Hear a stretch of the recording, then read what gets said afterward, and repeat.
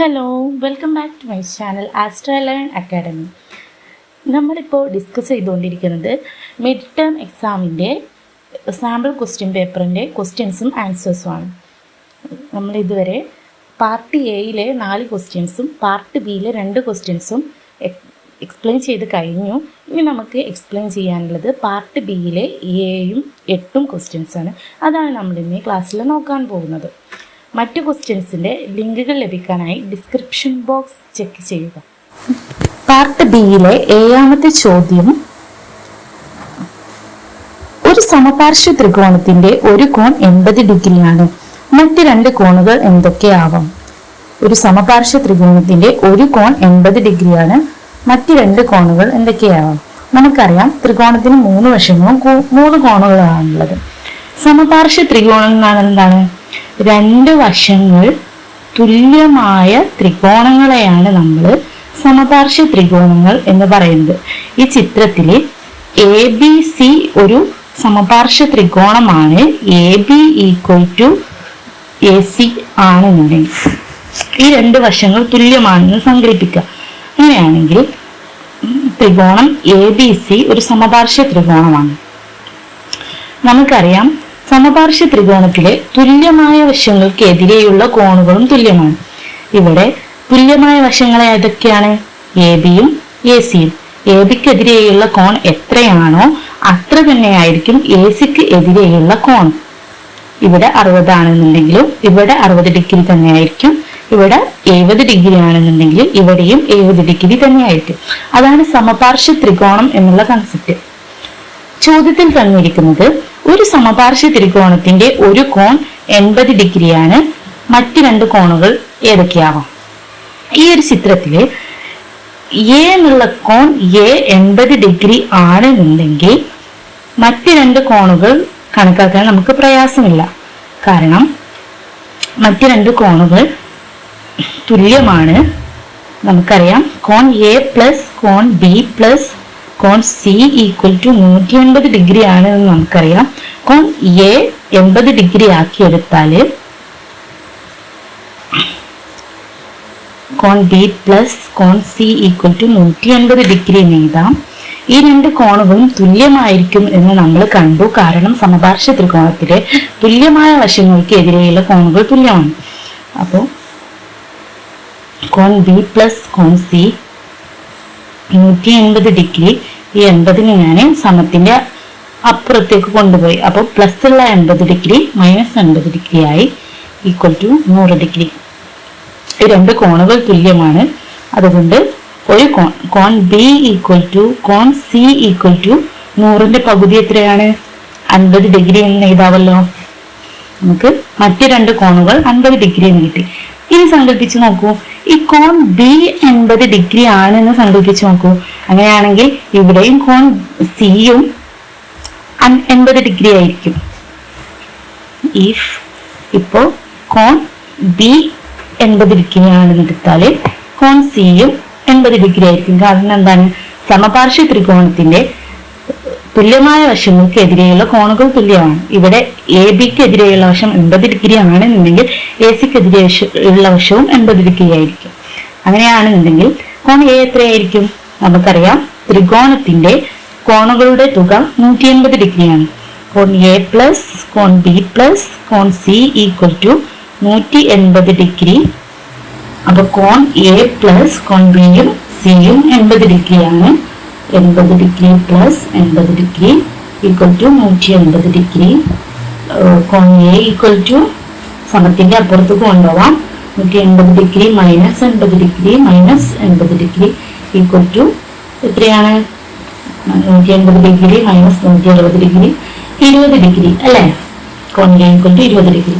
ഒന്നെങ്കിൽ ത്രികോണത്തിന്റെ മറ്റു കോണുകൾ 80 ഡിഗ്രി 50 ഡിഗ്രി 50 ഡിഗ്രി അങ്ങനെ എഴുതാം. അല്ലെങ്കിൽ 80 ഡിഗ്രി 80 ഡിഗ്രി 20 ഡിഗ്രി ഇങ്ങനെയും ആവാം. ഇതാണ് ആൻസർ. 8ാമത്തെ ചോദ്യം, അതായത് 65നെ 2 സംഖ്യകളുടെ വർഗമാക്കിയിട്ട് എഴുതി അതിൽ നിന്ന് 130ന്റെ വർഗം കണ്ടുപിടിക്കുന്ന പ്രവർത്തനം. ഈ ഒരു ചോദ്യം ടെക്സ്റ്റ് ബുക്കിൽ നമ്മൾ പഠിച്ചിട്ടില്ല, അതുകൊണ്ട് ഇത് ഔട്ട് ഓഫ് സിലബസ് ക്വസ്റ്റ്യൻ ആണെന്ന് തോന്നുന്നു. നമുക്ക് അടുത്ത ക്വസ്റ്റ്യനിലേക്ക് നീങ്ങാം. ചോദ്യം സെക്ഷൻ സി.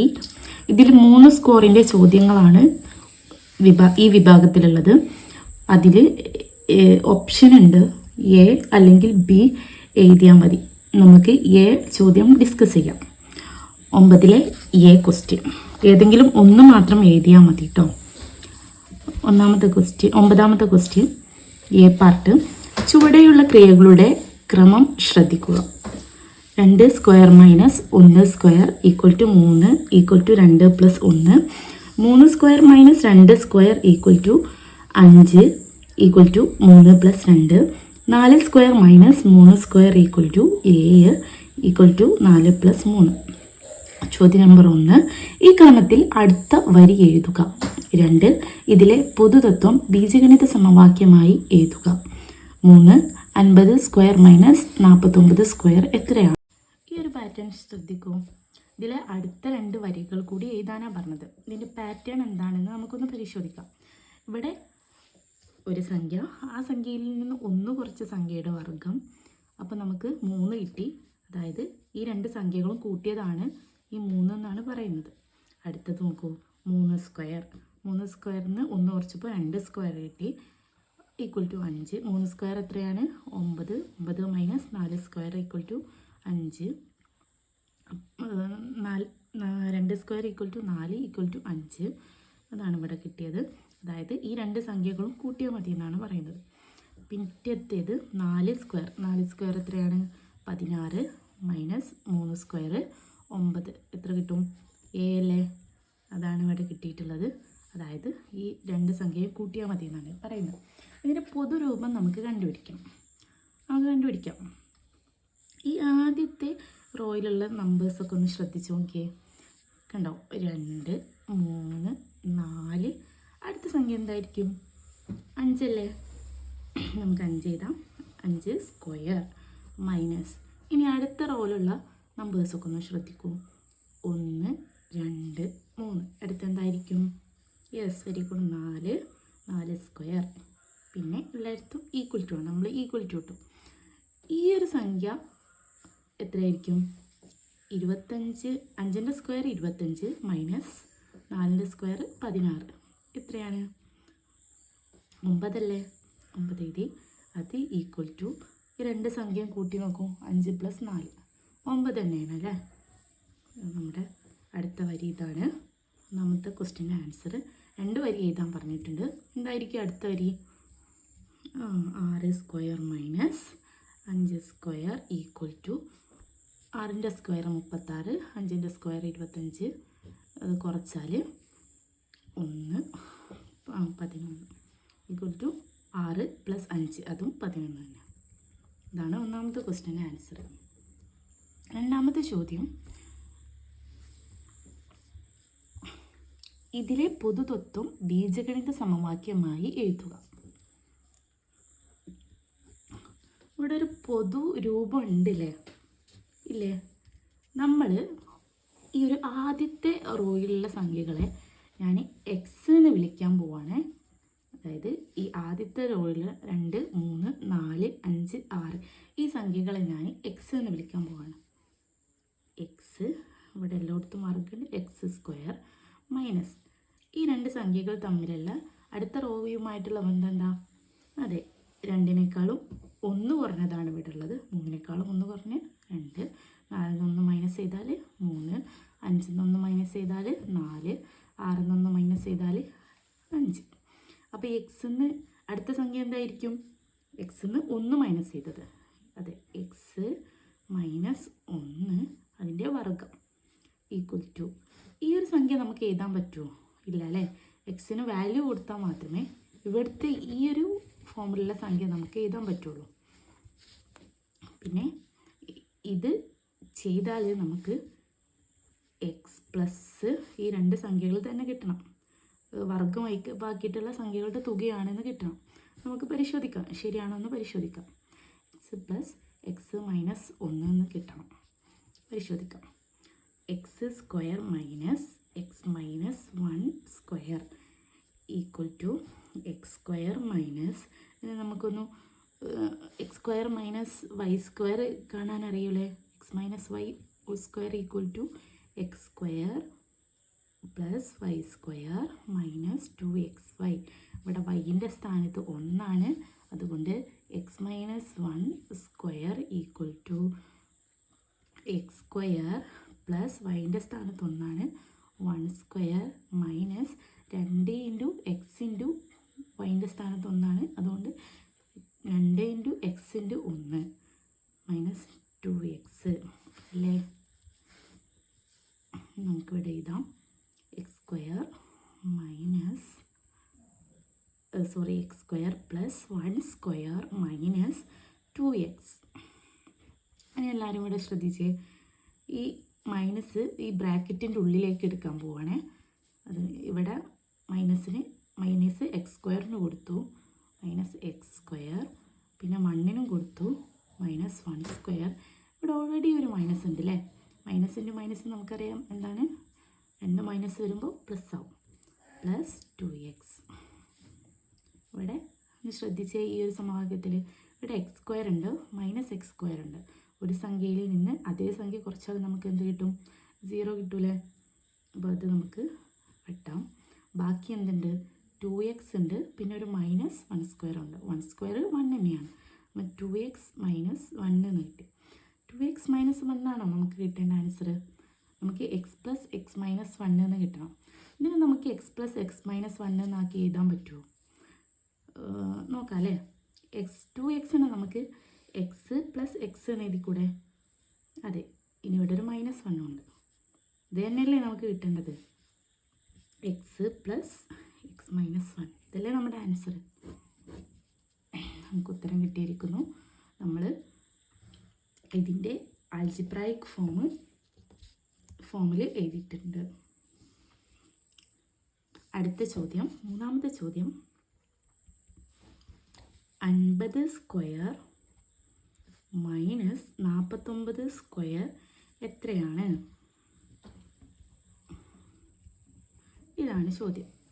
നമുക്കറിയാം, ഒരു സംഖ്യയിൽ നിന്ന് ഒരു സംഖ്യയുടെ വർഗത്തിൻ്റെയും അതിൽ നിന്ന് 1 കുറച്ച സംഖ്യയുടെ വർഗത്തിൻ്റെയും പൊതുരൂപം കാണാൻ നമ്മൾ പഠിച്ചു. ഇവിടെ എങ്ങനെയാണ്? 50ൽ നിന്ന് 1 കുറച്ചതല്ലേ 49, അതിൻ്റെ പൊതുരൂപം എന്താണ്? ആ 2 സംഖ്യകൾ കൂട്ടിയാൽ മതി എന്നാണ്. അപ്പോൾ നമുക്ക് കണ്ടുപിടിക്കാം. 50 square minus 49 square equal to, ഇവിടെ കണ്ടോ എക്സിൻ്റെ സ്ഥാനത്ത് 50 ആണ്, എക്സ് മൈനസ് 1, 50ൽ നിന്ന് 1 കുറച്ചാൽ 49, അത് equal to 50 plus x plus, അതായത് എക്സിൻ്റെ സ്ഥാനത്ത് ഇവിടെ 50 ആണ്, പ്ലസ് എക്സ് മൈനസ് 1, 50ൽ നിന്ന് 1 കുറച്ചത്, അതായത് 49. 50 പ്ലസ് 49 ഈക്വൽ ടു 99. ഈസി ആയിട്ട് കണ്ടുപിടിക്കാം അല്ലേ? ഇതാണ് ആൻസർ. 9ാമത്തെ ചോദ്യത്തിൻ്റെ ക്വസ്റ്റ്യൻ ആയിട്ടുള്ള, അതായത് ഓപ്ഷൻ ക്വസ്റ്റ്യൻ ആയിട്ടുള്ള ബി ക്വസ്റ്റ്യനാണ് നമ്മളിന്ന് ഇപ്പോൾ പരിഗണിക്കുന്നത്. ചോദ്യം, ചില എണ്ണൽ സംഖ്യകളെ 2 പൂർണ്ണവർഗങ്ങളുടെ വ്യത്യാസമായി എഴുതാം. ഉദാഹരണമായി 8 equal to 4 into 2 plus 1 that is equal to 3 square minus 1 square. 12 equal to 4 into 3 into 1 equal to 4 square minus 2 square. 16 equal to 4 into 4 into 1 equal to 5 square minus 3 square. ഇതിൽ ഒന്നാമത്തെ ക്വസ്റ്റ്യൻ ഇതുപോലെ 20നെ 2 പൂർണ്ണവർഗങ്ങളുടെ വ്യത്യാസമായിട്ട് എഴുതുക. 2 ഇങ്ങനെ 8 മുതലുള്ള 4ൻ്റെ ഗുണിതങ്ങളെയെല്ലാം 2 പൂർണ്ണവർഗങ്ങളുടെ വ്യത്യാസമായി എഴുതുന്ന രീതി വിശദീകരിക്കുക. നമുക്കിതിൻ്റെ ഉത്തരം പരിശോധിക്കാം. നമുക്ക് ഇത് ചെയ്യാൻ വേണ്ടിയിട്ട് നമ്മൾ ടെക്സ്റ്റ് ബുക്കിൽ പഠിച്ചിട്ടുള്ള ഒരു സമവാക്യം റിക്കോൾ ചെയ്യും. എല്ലാവരും ഒന്ന് ഓർത്ത് നോക്കിയേ. നമ്മൾ സമവാക്യം പഠിച്ചിട്ടുണ്ട്. 4xy equal to x plus y whole square minus x minus y whole square. ഇത് നമ്മൾ ടെക്സ്റ്റ് ബുക്കിൽ പ്രൂവ് ചെയ്തൊരു സമവാക്യമാണ്. ഇപ്പോൾ ഓർമ്മ വന്നോ? ഇനി ചോദ്യം ഒന്ന് ശ്രദ്ധിച്ച് നോക്കൂ. ഇവിടെ കണ്ടോ 8 = 4 × 2 × 1 ആണ് എഴുതിയിട്ടുള്ളത്. അതായത് 8നെ 4ൻ്റെ ഗുണിതമാക്കിയിട്ട് എഴുതിയിട്ടുണ്ട്. ഈ ഒരു ഫോർമാറ്റിലല്ലേ ഇവിടെ എഴുതിയിട്ടുള്ളത്? ഒന്ന് ശ്രദ്ധിച്ച് നോക്കിയത്. ഇവിടെ 4xy എന്നുണ്ട്. 4ൻ്റെ സ്ഥാനത്ത് 4 തന്നെയാണുള്ളത്. എക്സിൻ്റെ സ്ഥാനത്ത് 2 ഉണ്ട്. വൈൻ്റെ സ്ഥാനത്ത് 1 ഉണ്ട്. എക്സിൻ്റെ സ്ഥാനത്ത് 2, വൈൻ്റെ സ്ഥാനത്ത് 1. ഇവിടെ കണ്ടോ x+y² എന്നാണ്. അതായത് 2 + 1² 2 + 1 3 ആണ് ഇവിടെ എഴുതിയിട്ടുള്ളത്. അതുപോലെ അടുത്തത് എക്സിൻ്റെ സ്ഥാനത്ത് 2ഉം വൈൻ്റെ സ്ഥാനത്ത് 1. 2 - 1² = 2 - 1 3 1² അത് തന്നെയല്ലേ ഇവിടെ ഉള്ളത്. അതായത് ഈ സമവാക്യത്തെ ഇതേ ഫോർമാറ്റിലാണ് എഴുതിയിട്ടുള്ളത്. നമുക്കിനി അടുത്തതൊന്ന് പരിശോധിച്ച് നോക്കാം, ശരിയാണോ എന്ന് നോക്കാം. 12നെ 4 × 3 × 1 എന്ന് എഴുതിയിട്ടുണ്ട്. കണ്ടോ 4ൻ്റെ ഗുണിതാക്കിയിട്ടാണ് എഴുതിയിട്ടുള്ളത്. 4xy എന്നുള്ള ഫോർമാറ്റിലാണ് എഴുതിയിട്ടുള്ളത്. ഇവിടെ 4ൻ്റെ സ്ഥാനത്ത് 4 തന്നെയാണ്. എക്സിൻ്റെ സ്ഥാനത്ത് 3 വൈൻ്റെ സ്ഥാനത്ത് 1. x+y² എന്ന് പറയുമ്പോൾ 3ൻ്റെ സ്ഥാനത്ത് എക്സിൻ്റെ സ്ഥാനത്ത് 3 3 + വൈൻ്റെ സ്ഥാനത്ത് 1 3 + 1² - 3 - 1² ദാറ്റ് ഈസ് ഈക്വൽ ടു 4² - 2². അതല്ല ഇവിടെ എഴുതിയിട്ടുള്ളത്. ഇതുപോലെ നമുക്ക് പരിശോധിച്ചാൽ ഇവിടെയും ശരിയാണെന്നും പറയാൻ പറ്റും. നമുക്ക് ക്വസ്റ്റ്യനിൽ തന്നിട്ടുള്ളത് 20നെ 2 സംഖ്യകളുടെ വർഗ്ഗങ്ങളുടെ വ്യത്യാസമായിട്ട് എഴുതിയതാണ്. നമുക്ക് ഈ ഒരു സമവാക്യം വെച്ചിട്ട് ചെയ്യാം. 20നെ നമുക്ക് 4ൻ്റെ ഗുണിതമാക്കിയിട്ട് എഴുതാം. 20നെ 4 കൊണ്ട് ഹരിച്ചാൽ ശിഷ്ടം 5 കിട്ടും അല്ലേ. 4 × 5 നമുക്ക് എക്സ് മാത്രമേ കിട്ടിയിട്ടുള്ളൂ, വൈയും വേണം. 4 × 5 20 കൂടെ നമുക്കൊരു 1 കൂടി എടുക്കാം. വൈ ആയിട്ട് 1 എടുക്കാം, തെറ്റൊന്നും അല്ലല്ലോ. 4 × 5 20, 20 × 1 20 തന്നെയാണ്. ഈക്വൽ ടു ഇവിടെ എക്സിൻ്റെ സ്ഥാനത്ത് എത്രയാണ് 5, വൈൻ്റെ സ്ഥാനത്ത് 1. x+y² എന്നാണ് അല്ലേ. അതായത് 5 + 1² 5 + 1² minus x - y² 5 - 1² that is equal to 5 + 1 എന്ന് പറഞ്ഞാൽ 6 6² മൈനസ് 5 - 1 4 ശരിയാണോ എന്ന് നമുക്കൊന്ന് പരിശോധിച്ച് നോക്കിയാലോ. 6ൻ്റെ സ്ക്വയർ 36, 4ൻ്റെ സ്ക്വയർ 16. 6 ന്ന് 6 പോയാൽ 0, 3 ന്ന് 1 പോയാൽ 2. ശരിയാണ്. രണ്ടാമത്തെ ചോദ്യം,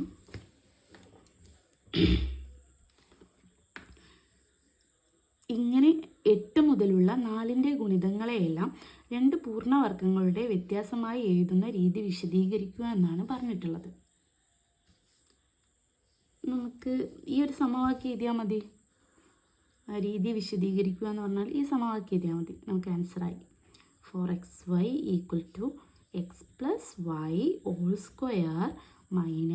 x - y². ഈ സമവാക്യം എഴുതിയാൽ മതി.